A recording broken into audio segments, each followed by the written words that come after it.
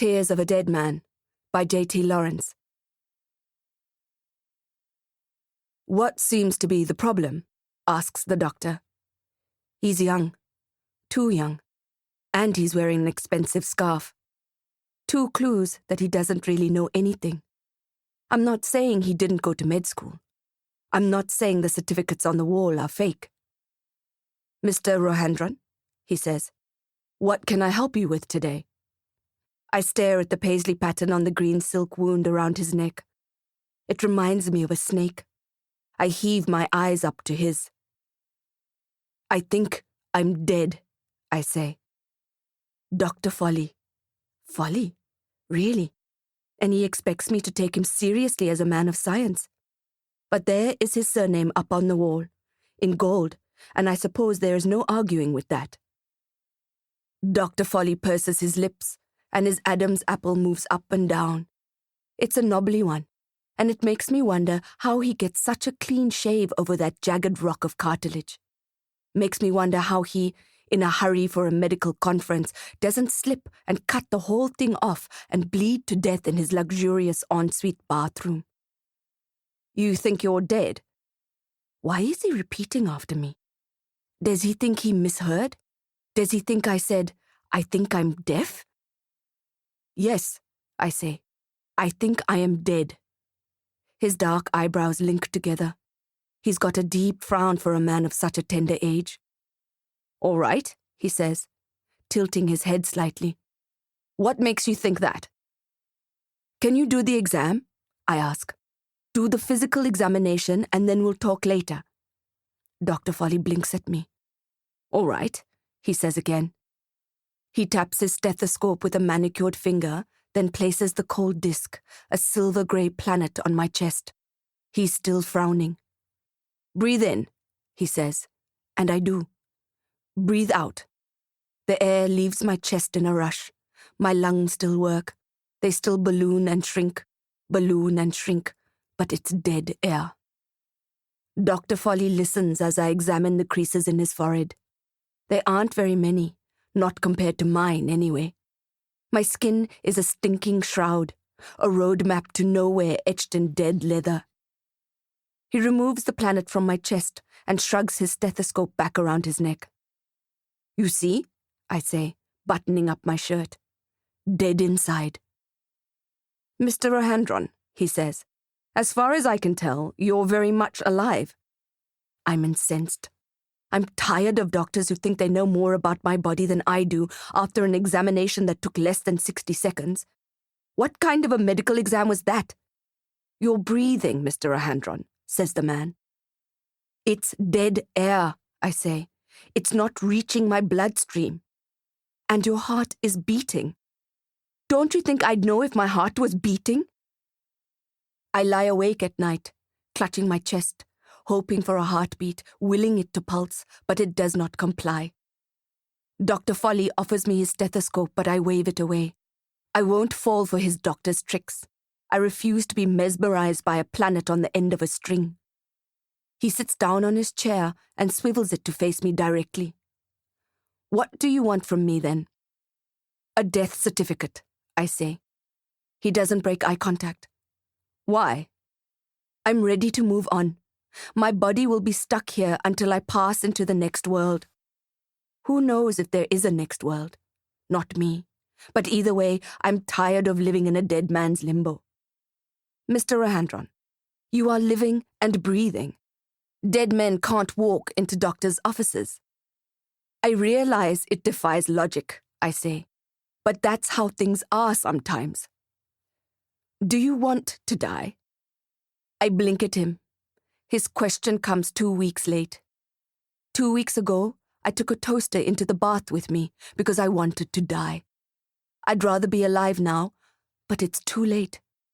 My brain is dead, and my organs have melted. My intestines are soup. I reek of death. Can't he smell that disgusting sweet sour scent of rotting flesh on me? Summer roadkill and roadside weeds.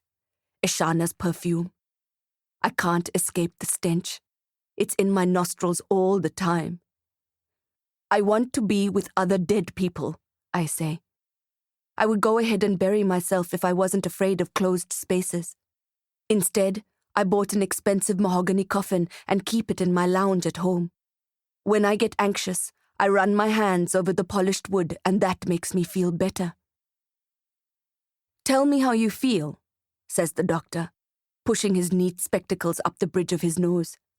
I bite my lips, chew them hard, but it doesn't hurt.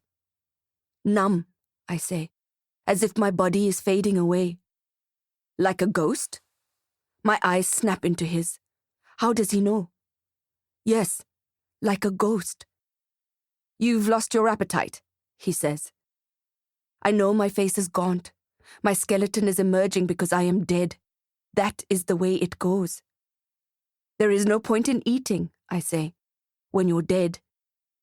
"Perhaps that fading feeling is because you haven't eaten." It's not. "When last did you have a meal?" "Just before I died. 2 weeks ago." There is a bloom of color in the doctor's cheeks, and he loosens the green silk snake from around his neck. "Mr. Rahandran, you are starving yourself. That is why you feel ill." "No," I shake my head. "You are missing the point." "With all due respect, Mr. Rahandran, I think it is you who is missing the point. You will die if you don't begin eating again." This man just doesn't get it. What will happen to the food? My stomach is a scorched stone. Food is not the answer. "Let me book you into hospital," he says.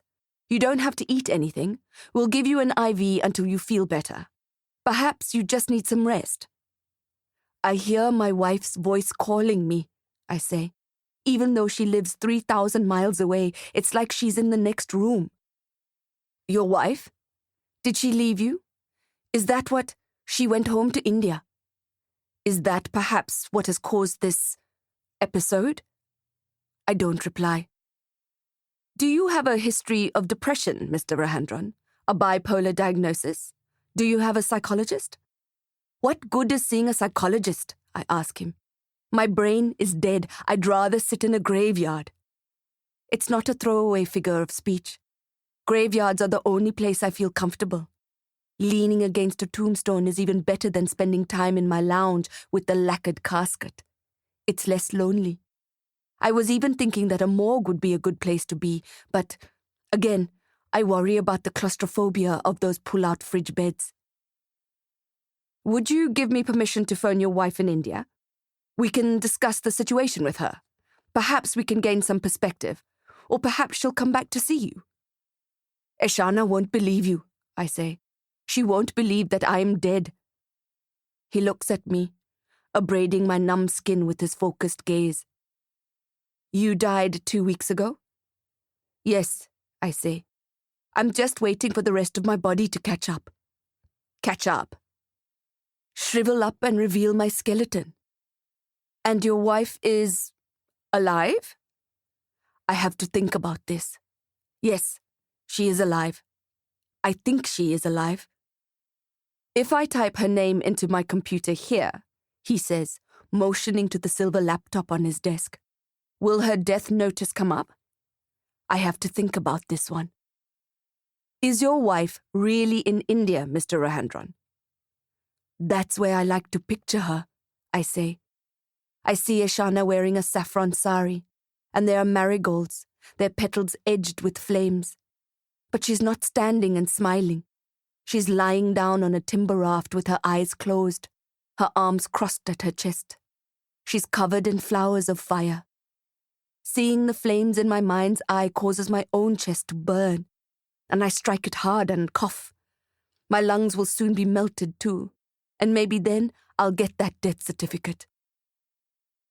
"How did your wife die, Mr. Rahandran?" he asks. There is some perspiration on his upper lip. I don't perspire anymore. Dead men don't sweat. I'm about to say Eshana didn't die.